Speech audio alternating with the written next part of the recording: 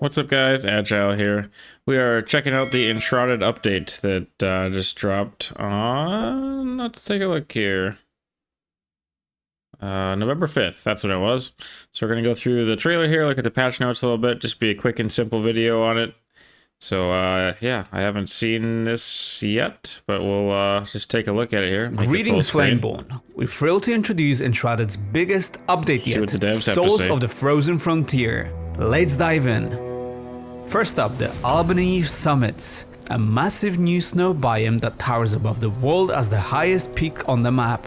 This frozen landscape is home to breathtaking vistas, daunting peaks, and new settlements that... See, I actually remember before this area was released, I climbed my way up there and kind of looked around at what they were doing back when I was just playing around. Tell the story of the ancient civilization that once lived here. The Albany Summits bring with them fresh new challenges as new enemies and fauna await. This biome transfers the way you approach combat and survival. Its frozen beauty is more than just a visual change. It deeply impacts gameplay, making every decision in its harsh environment critical.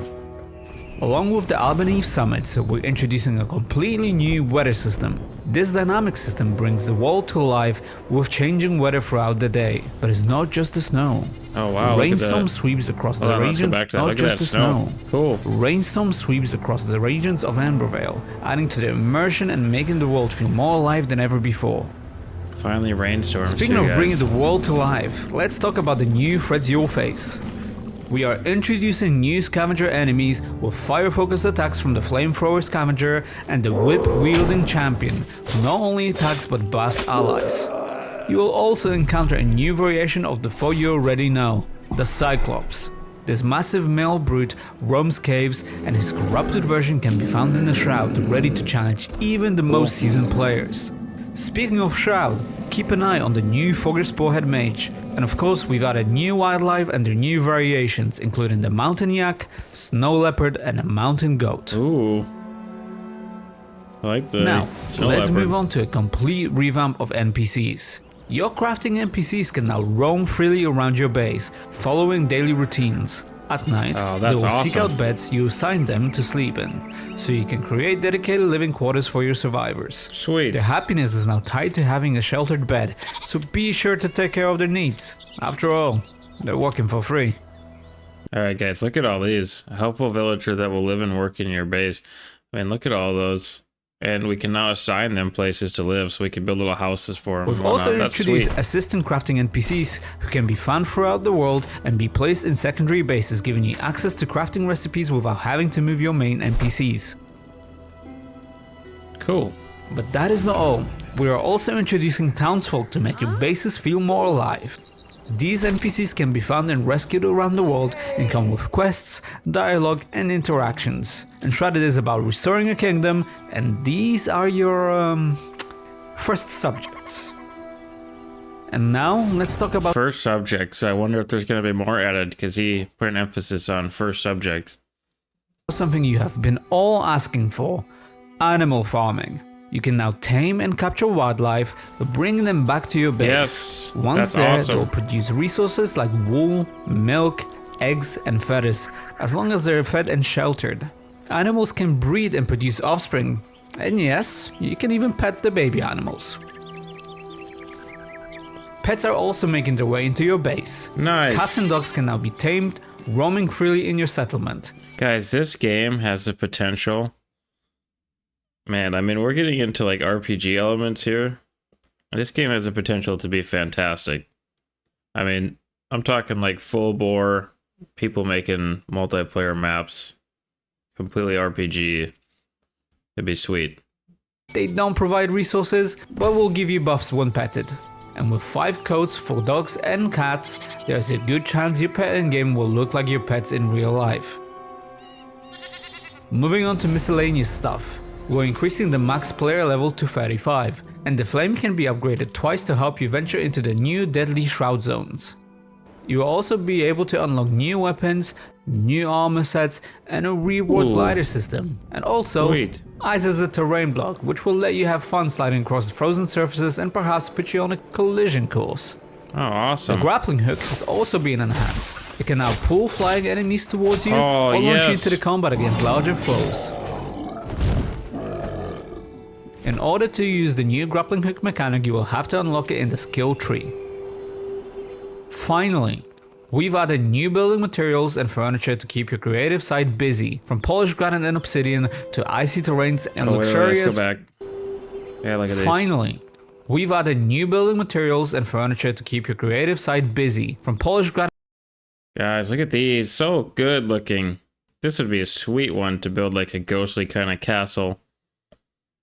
Oh, so many ideas already. And look in the background, it almost looks like we got a little hobbit house they built. and then obsidian to icy terrains and luxurious furniture set. Let's take a look at this too. Look at that. Nice. Is that a tapestry? Is that what that's called? Right? A tapestry. And that's a sweet bed too. Guys, we can make so many awesome things. Your base building possibilities have never been greater. But wait, there's more. Like, actually, a lot more. Too much to cover here, so check the full patch notes linked in the description. We hope you enjoyed everything that Update 4 has to offer, from the Albanese summits to the dynamic weather and bustling townsfolk. This update is about making the world of Enshrouded bigger and livelier than ever before. Alright, cool. That's awesome. I mean, fantastic work to the developers for this. Let's go through some of the patch notes here. I can't guarantee I'm going to hit all of them because there's a lot, but we're going to go through quite a few of them, and they hit quite a few in the video already. But let's just take a look at the highlights here. So they're introducing the new summits region there, a vast treacherous mountain biome expanding the north of Embervale, and you can access it through the Nomad Highlands and the Kindle Wastes. So they demand your strongest and most skilled Flameborn. They're teaming with exciting locations like icy lakes, frozen rivers, deep snow, and unique alpine flora and fauna. I actually just want to make this a little bit bigger here in case you guys want to read with me.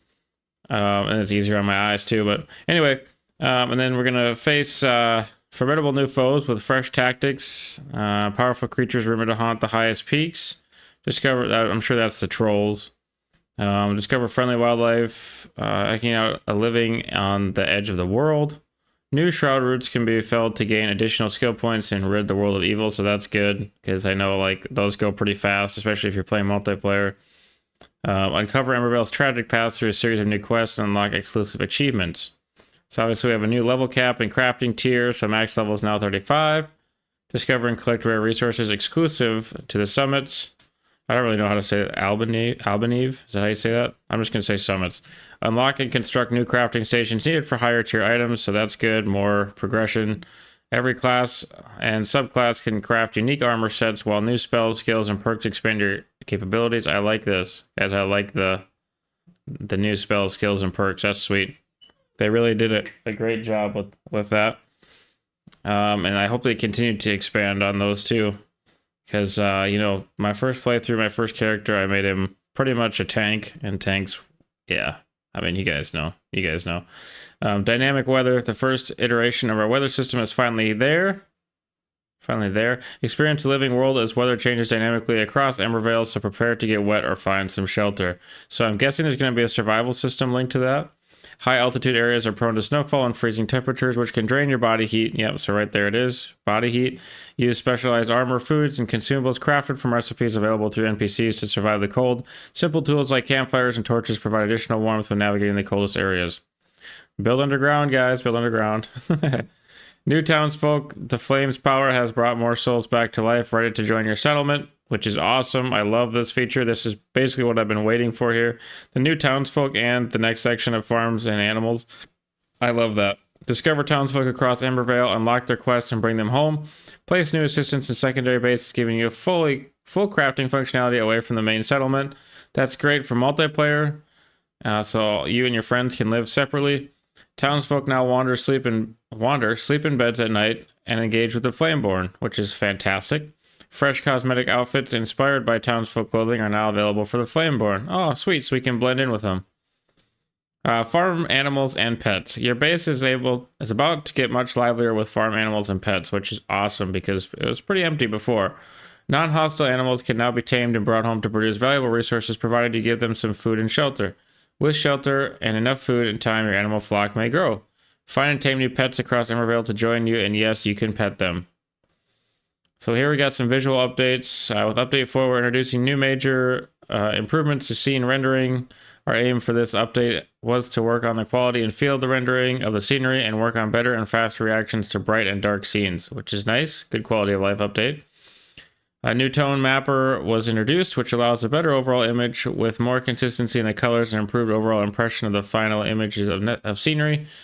Work on the sky rendering, which includes realistic and dramatic color changes in the sky during day and night cycles.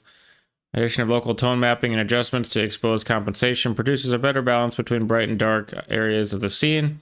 At the same time, the dynamic global illumination now also reacts faster and more correctly to changing light conditions, and a reworked bloom rendering helps reduce overly dramatic effects while allowing for a more pleasant overall image. So just a nice little update there for the graphics, basically. Let's take a look here. Noticeable gameplay changes. The grappling hook can now be used to pull in airborne enemies into melee range or close the distance with large foes. Check the skill tree to unlock these new abilities, which we saw in the trailer, which is fantastic, guys. That is so good. If you want to play a tank class, you don't have to worry about getting hit from those flying guys anymore as much. Experience more challenging gliding mechanics with air turbulence affecting a flight path. Use the gameplay settings to switch turbulence off if you prefer to sip some tea while gliding across Embervale. So we can pretty much glide all the way across it now if we turn that off. That might be something we have to check out. The game now can be paused in single player mode. Ooh, that's good. Even though I pretty much exclusively play multiplayer, but this is sweet. Text size can now be adjusted in the UI. Also good for folks who struggle reading that small text. And 2 more altars to build in the new biome. Sweet. So here we have the changelog. We've got a ton in here. And basically, I'll just slowly scroll through this here. If you guys want to pause it, let me make it a little bit bigger for you. If you guys want to pause the video and read through it, you can here, but I'll just slowly go through it and you guys can see everything in it because there's a lot to read in here. And it's mostly just light fixes.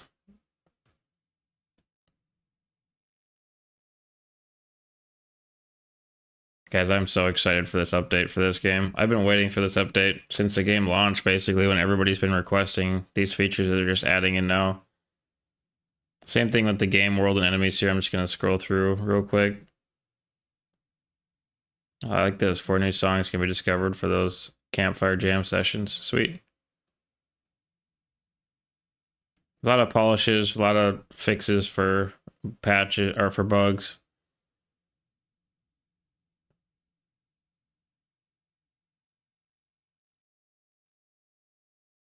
All right, here we can actually go through this. I'll read through the villages, farm, and animals and pets. All 7 crafting NPCs now have a day and night cycle in which they explore the base, expect interesting locations, take breaks, talk to nearby players, and go to sleep at night. Either on the floor if the player decided to not provide a bed for them, a disturbing number of you, or in a lovely dedicated bed just as they deserve. Crafting assistants have been added to the game. When found and unlocked in the game world, they can be placed in secondary player bases, offering the same crafting options as the crafting NPCs. Sorry guys, I get going so fast because I'm excited to read this stuff, so I screw up the words. Townsfolk villagers have been added to the game. Similar to the crafting NPCs, villagers roam the base, offer dialogue options and new quests, and follow a simple day and night cycle. And hopefully they continue to improve the AI. I'm sure they will for the villagers because that's just an awesome feature. Freed villagers will offer more knowledge about the world and give the Flameborn numerous more quests as a reward for your help, which is good. We need more stuff to do. Villagers will help you find more villager souls, help find lost pets to bring home, uncover vanity rewards for your help. Villagers will help you find more... Oh, I already read that, didn't I? Yeah, I already read that. Items for that extravagant look while exploring and collectible items to decorate the halls of the Flameborn's home. So they're going to help us do our village stuff. The Summoning Scepter menu has been reworked to allow the placement of crafting NPCs, assistant crafting NPCs, and villagers, which is sweet. The Summoning Scepter now offers the option to set the roaming range for place NPCs, also really cool so they don't wander out of your town. The Summoning Scepter now can now be used to assign the selected NPC to a highlighted bed, also great. The Sheltered State for NPCs has been reworked. Previously, it checked the fixed location of roofs and walls over NPCs. Now the location of the assigned bed checks for a roof and walls. Added new animations and voice lines for all NPCs. Great work there, devs. 6 different peaceful wildlife animals can now be tamed, picked up, and placed into the player base. Cool. Does that mean that we can pick up yaks and place them in there? I hope so. For every type... Oh, I wonder if we can get the leopards. Those are probably just aggressive, though. For every type of farm animal, there is now a craftable food and bait. For more information, talk to Emily Frey, the farmer. For every type of farm animal, there are now sleeping and feeding props that can be crafted by Emily Frey.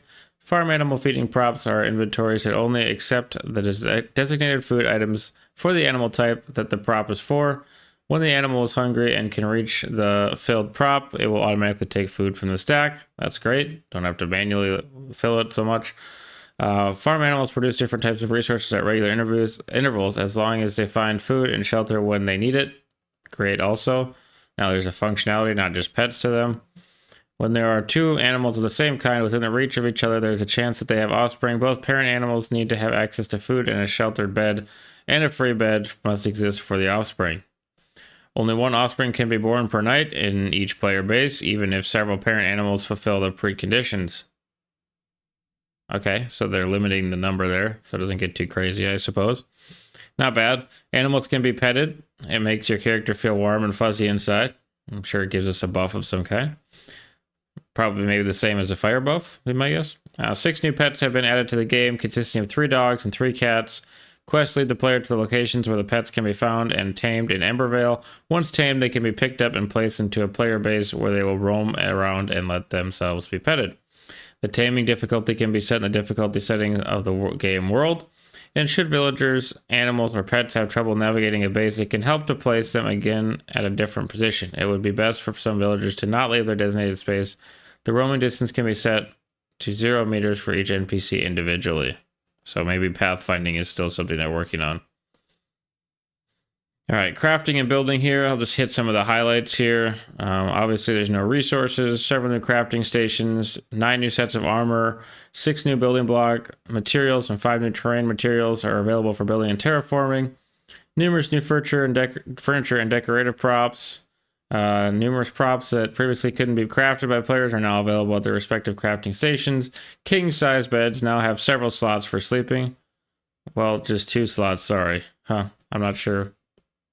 Okay, interesting. Building with materials from the Shroud no longer triggers eerie ambient sounds in the player base. That's fantastic. Fireworks have been added to the list of craftable recipes. There goes the neighborhood. That's sweet. I love that. The fossil collection shelves no longer need the ectoplasm block as a crafting resource. Also good. The recipe for the secret Vuka temple door now uses the correct stone block type as a resource. Good. Big coffin lids now have the correct size. Fix multiple props. Fix an incorrect reference to the laboratory and some recipes for the alchemist. Fix an issue with the sage armor set that caused the boots recipe to not show up. And fix incorrectly classified one-handed weapon that would incorrectly appear as 2-handed weapons and weapon stands such as the wolf's hydra. Fix position of shields, fix several minor issues with hair, fix missing stats on archer trousers. Some braziers have been moved from the illumination comfort category to the hearth category. And fix an issue with the rake, fix an issue with the pickaxe, and disabled dismantle prop delay in certain situations. Again, I'll scroll through the technical improvements here. You guys can pause if you really want to go through them and read them. And the UI, inventory, and text as well. Feel free to pause at any point. But that is pretty much the whole update there. So let's go back to 100% here so I can actually scroll up here.